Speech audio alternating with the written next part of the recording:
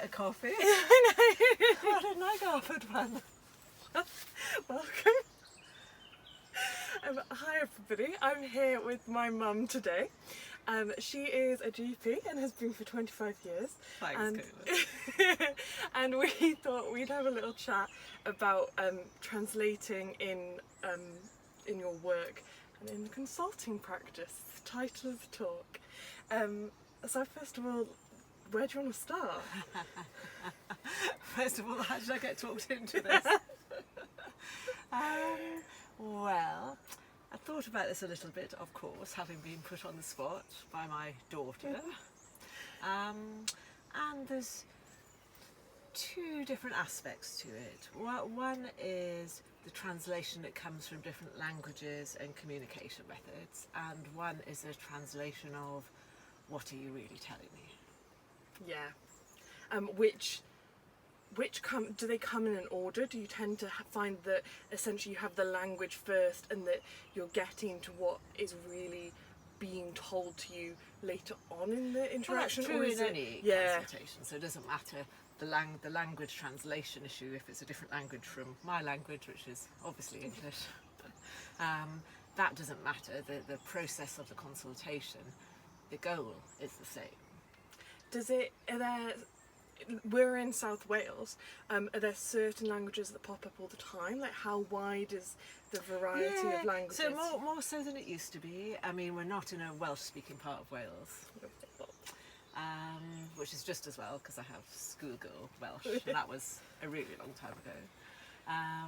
So more than it used to be. It is more diverse. More people from the European Union, particularly Eastern European Union.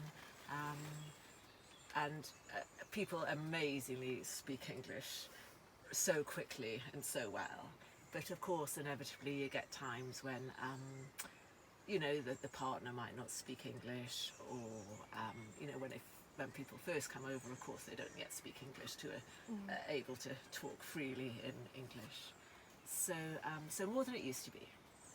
How do you manage a situation where someone comes in and doesn't really speak English? Like, talk me through that a bit. Yeah, so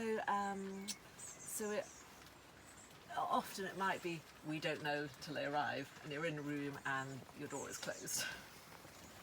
And if it is the case that English isn't freely spoken for them, they've often brought a relative with them.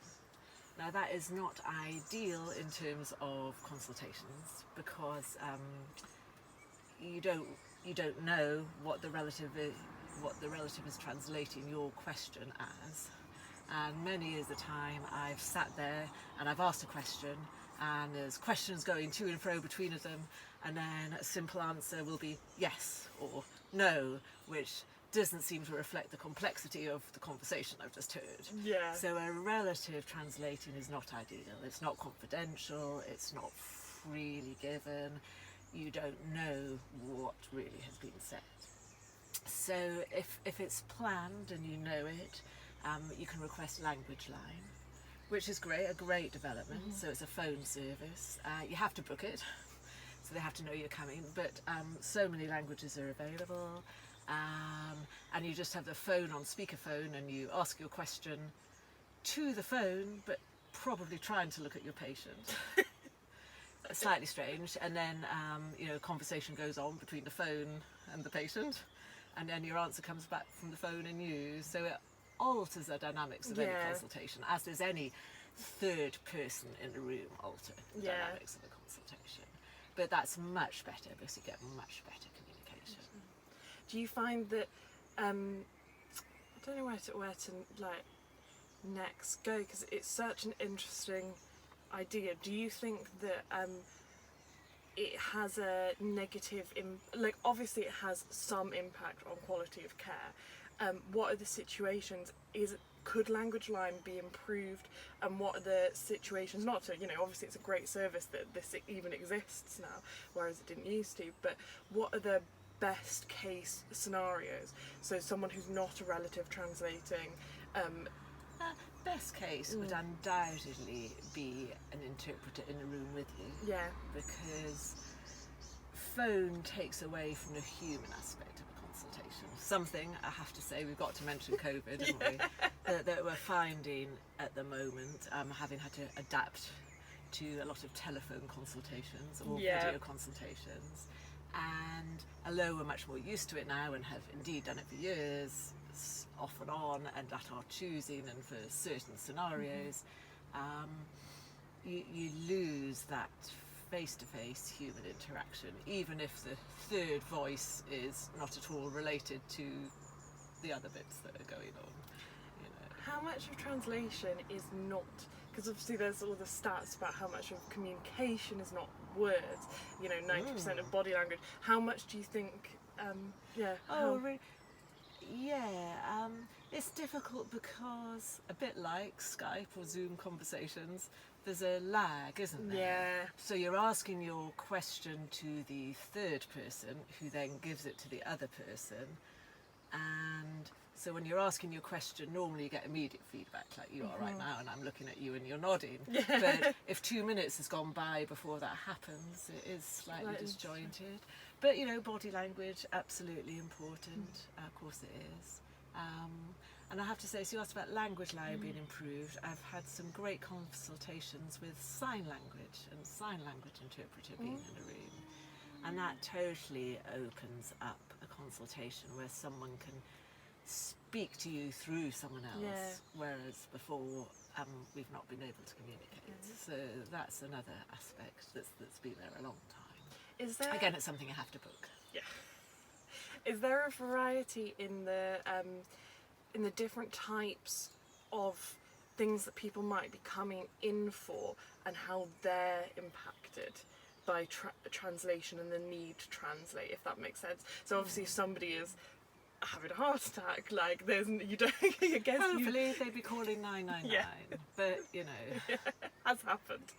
It has happened. Yeah. It has happened.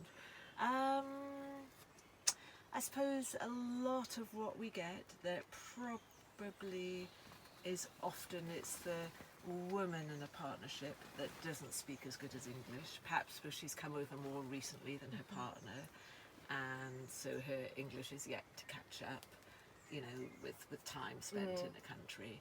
So often is family issues, pregnancy, contraception, post-childbirth. I suppose that's inevitably what you see a little more of, because it tends to be younger people who move countries. Yeah, so more... Not your 50, 60-year-old who has the heart attack. Yeah, of course. And that brings with it inevitable difficulties, doesn't it? Because everything to do with contraception, even in English, is going to be full of other sorts of conversations, isn't it? Right. Which are undoubtedly more difficult to have. Exactly. Is there anything else you'd like to add? Do you, are there any particular examples where you've had a really lovely experience, or have grown to know someone over the years, or... Yes, but I feel I can't give it away because, we live in a small town. I'm always curious to know where people have come from, and often ask them about where they've come from, and that's part of just the curiosity of being a GP, which is wonderful. But adds to getting to know someone. I happen to know that you're quite into learning a bit of languages for places that you might go on holiday. Have you ever taken steps to learn a language or change? And I know that I obviously know that you're not bilingual, but have you ever been able to do that? Sadly, I haven't. Clearly, often thought about it, and as I approach towards the end of my career, I'm thinking about it so I can travel and perhaps work in a different place. But life is too complex. So I haven't, is the answer to that. But I do enjoy. I forgot to mention Google, actually. Google Translate. I did mention. So that has been an incredibly useful tool sometimes. And also information, the computer, the internet has changed things. So we can look up leaflets that are in the natural language of the person you want to give the information to. So that has been a tremendous development over the What last- did you used to do? Well, I mean, in Chepstow at least, I'm allowed to say Yeah, Chepstow, yeah, you're allowed where I to am. No, I it filmed didn't a used to video be down at Tinton, so you can didn't definitely used to be such an issue. Mm-hmm. It's obviously existed in cities and urban areas for a lot longer, this language mix.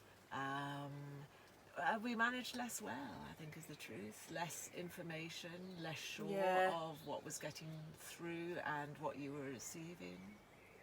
Yeah. Before you wrap up, you missed my other point, which was about the translation of what someone is telling you in the Yes. consulting room. And that quite simply boils down to listening. Yeah. So it doesn't matter what language or form of communication, it's listening. And that's one thing I've learned. Had long enough to learn it over. Yeah. Thank Thank you you very very much. Thank you. Do I get my flower now? You can have a buttercup. Thanks, Mum. Oh, I was